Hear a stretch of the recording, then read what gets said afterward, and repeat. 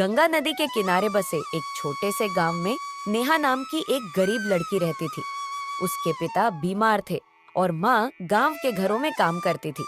घर में कई बार 2 वक्त का खाना भी मुश्किल से मिलता था। फिर भी नेहा हमेशा ईमानदार और दयालु थी। एक दिन नेहा जंगल से लकड़ियां लेकर लौट रही थी। रास्ते में उसे नदी किनारे किसी के रोने की आवाज सुनाई दी।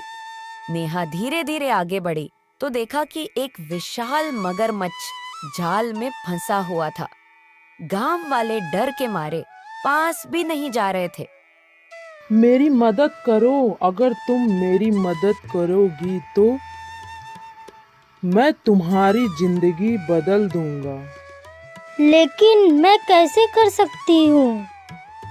इस नेट को काट कर तुम मेरी मदद कर सकती हो। नेहा पहले तो डर गई, लेकिन उसका दिल पसीज गया।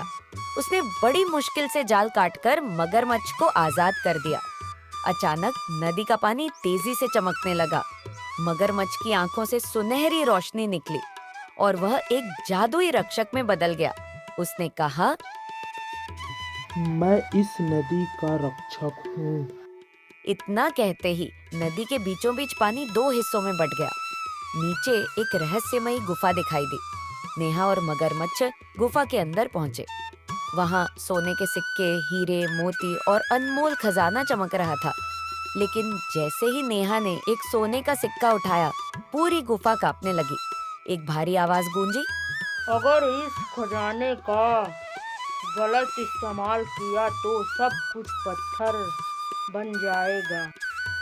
मुझे ज़्यादा नहीं चाहिए, बस उतना दे दो कि मैं अपने माँ का इलाज करा सकूं। यही तुम्हारी असली परीक्षा थी।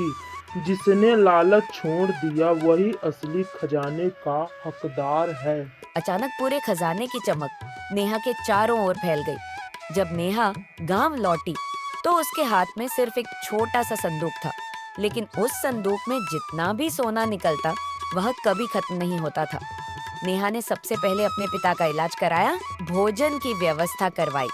इस कहानी से हमें ये सीख मिलती है कि ईमानदारी, दया और बिना लालच के किया गया अच्छा काम इंसान को जीवन का सबसे बड़ा खजाना दिलाता है।